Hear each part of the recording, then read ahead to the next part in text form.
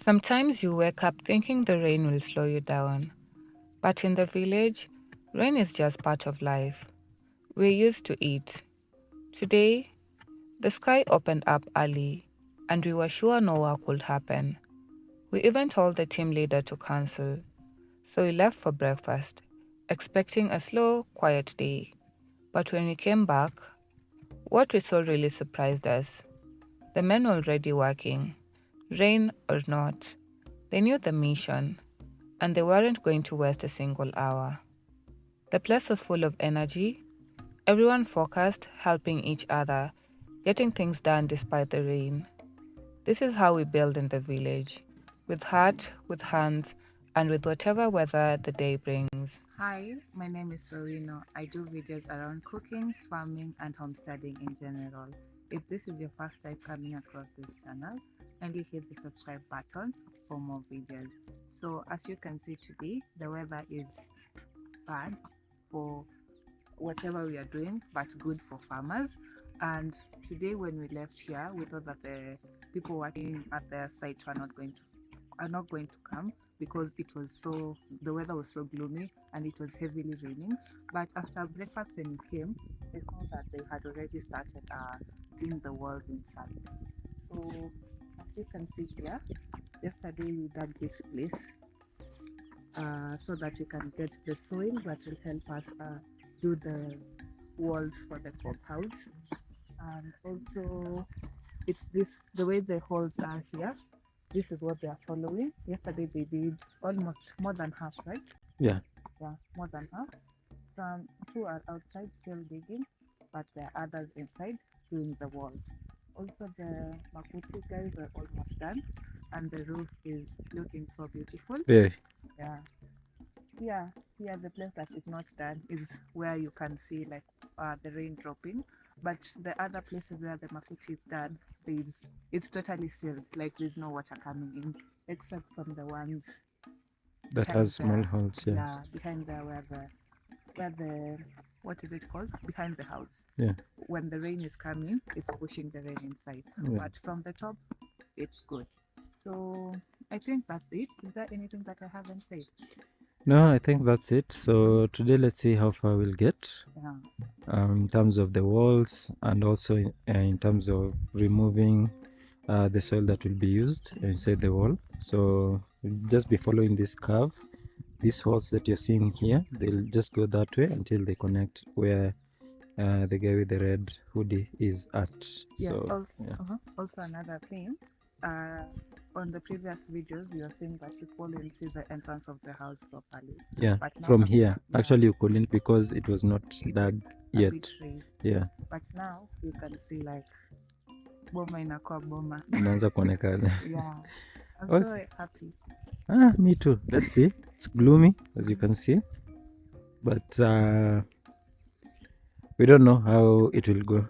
Yeah, like yesterday it was sunny, Mm, and then there was a little bit of rain yeah. because we are used to like during the day it's sunny, a bit Then of at night, cold, yeah, and then at night it rains. But yesterday it did not. The day before yesterday it did not rain at night, and yesterday during the day it's only drizzled a little bit. But mm, during today, yeah, like yesterday night it rained like properly. yeah. Yeah, So let's see. come with us to show you how the people are working. Yeah.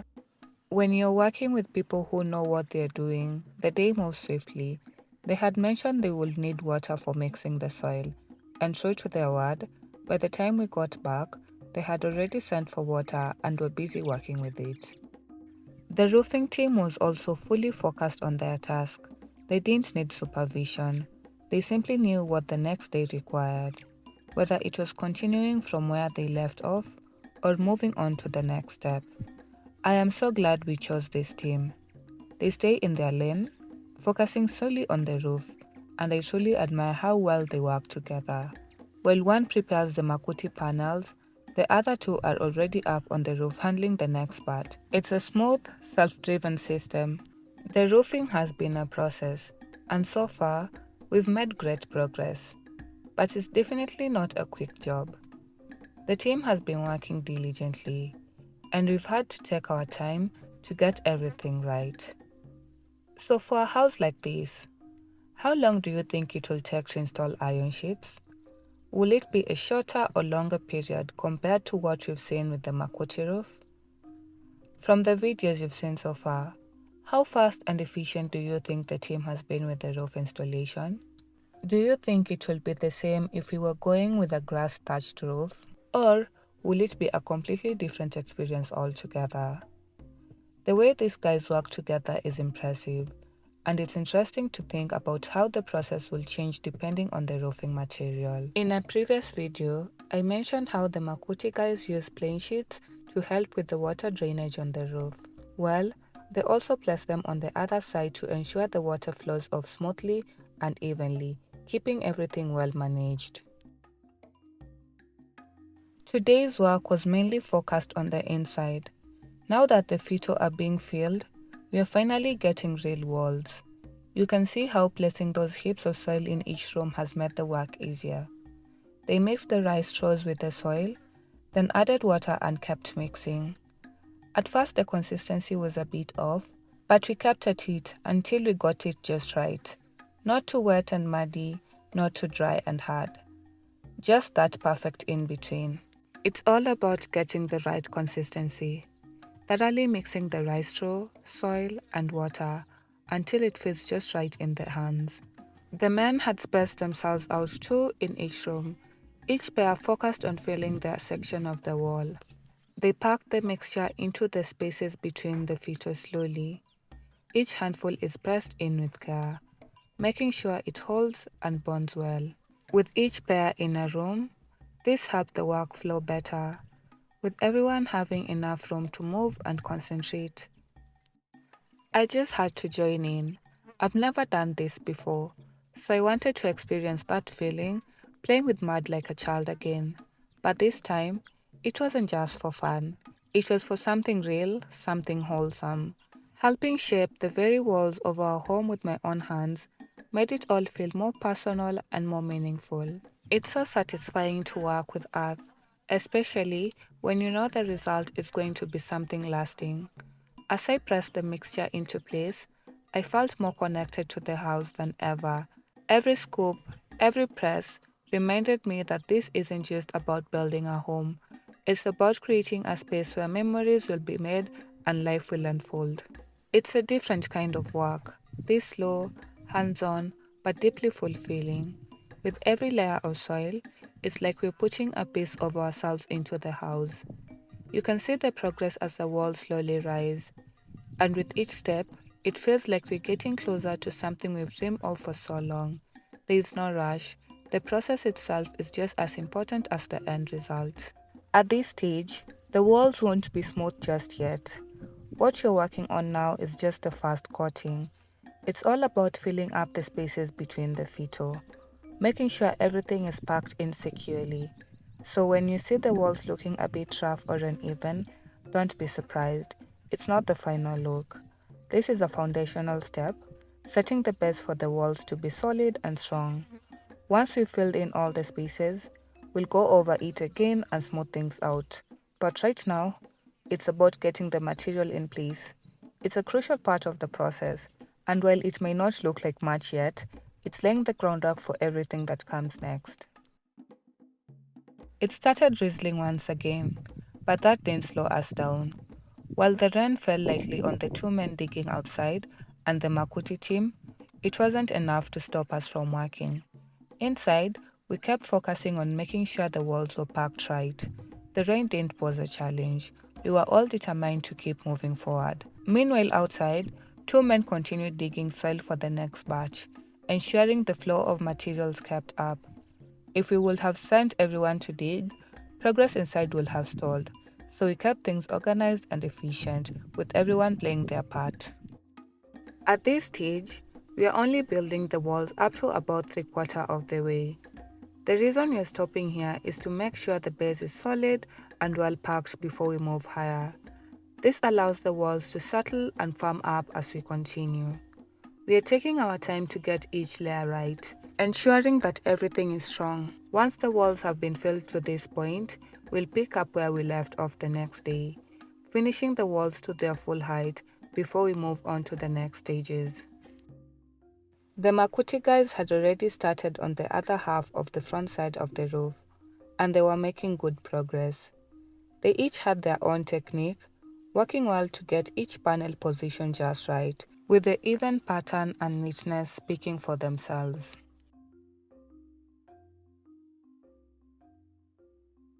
As the Makuti guys focused on the roof, work continued on the ground.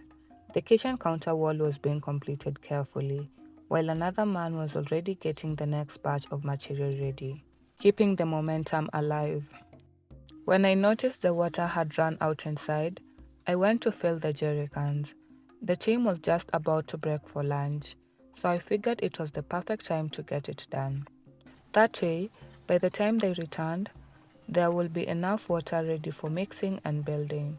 No need for anyone to leave their work to go fetch it. One thing I have come to appreciate with mud building is how much patience it demands. Unlike bricks, which already have a neat and finished look even before plastering or painting, mud takes time to come together. At this stage, it doesn't look like much. It's uneven, rough, and not exactly appealing to the eye. But that's just the process. You have to trust it. Every layer, every patch slowly transforms, and it's only after the final touches that you begin to see the beauty in it. With bricks, the structure already gives a hint of the final result, but with mud, you have to wait a little longer to witness the transformation. With that said, this is just the first coating. We'll go in with a second, then a third, and only after that, we'll see what more the walls might need. We'll take you through every step of the process as we go. And if you've ever built a mud house and achieved great results, feel free to share your tips with us in the comments. We would love to learn from your experience. And if this is your first time here, welcome.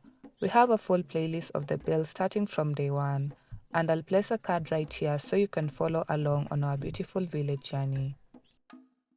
At some point, a few feet started coming loose from the wall, and they had to be fixed immediately.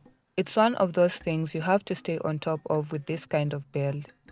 If something shifts or falls out of place, it's best to address it right away before it affects the rest of the structure. Thankfully, my husband and I noticed it quickly and asked two of the men to sort it out. This first coating doesn't need much technical skill. Once you explain what needs to be done, most people can handle it. But for the second and third coatings, it's a different story altogether. At that stage, we'll need people who truly understand this kind of work. Not necessarily professionals on paper, but people who do this every day, whose hands already know what to do before you even say it. That kind of experience makes a big difference, and will definitely bring in a different team for that part. And just looking at how far we've come, if you're planning a build like this, I can't stress enough how important it is to be keen from the very start, especially when selecting your materials. For the fito, pick the best ones, the straightest you can find. Same goes for the longer poles. It may not seem like a big deal at first, but it really comes back to help you later when it's time to align and straighten things. Now, we've found ourselves dealing with crooked walls simply because some of our poles weren't straight from the beginning. You'll see what I mean as we move forward. You know what amazes me? The Makuti guys were very precise with their materials. Do you remember the day we went to collect roofing materials? The video where we started in Kibera, then we went to pick the Makutis and the other materials with the blue canter? Those guys knew exactly what they wanted. They selected each piece one by one, and even that's why we took so much time there. If only we had someone like that for the rest of the build, someone experienced and present from start to finish, they would have caught so many things early on. Things like choosing the right photo, knowing the amount. It's better to even have more than less. Someone who will be so keen in things like termite precautions, how much labor is needed, and how much you'll be paid for that. But these are the lessons you'll only learn by doing. We'll actually create a separate video dedicated to just that. All the mistakes we made along the way, some of which almost cost us big time. Hopefully, by sharing our journey openly, you can avoid making the same missteps in your own project. If we can help one person build smarter and safer through these videos, then honestly, all of this will have been worth it. Let's continue writing this story together, and thank you so much for being a part of it. To all my returning subscribers, I truly appreciate you for working with us through every step of this journey. That's all for today, guys. Bye. We shall try again tomorrow.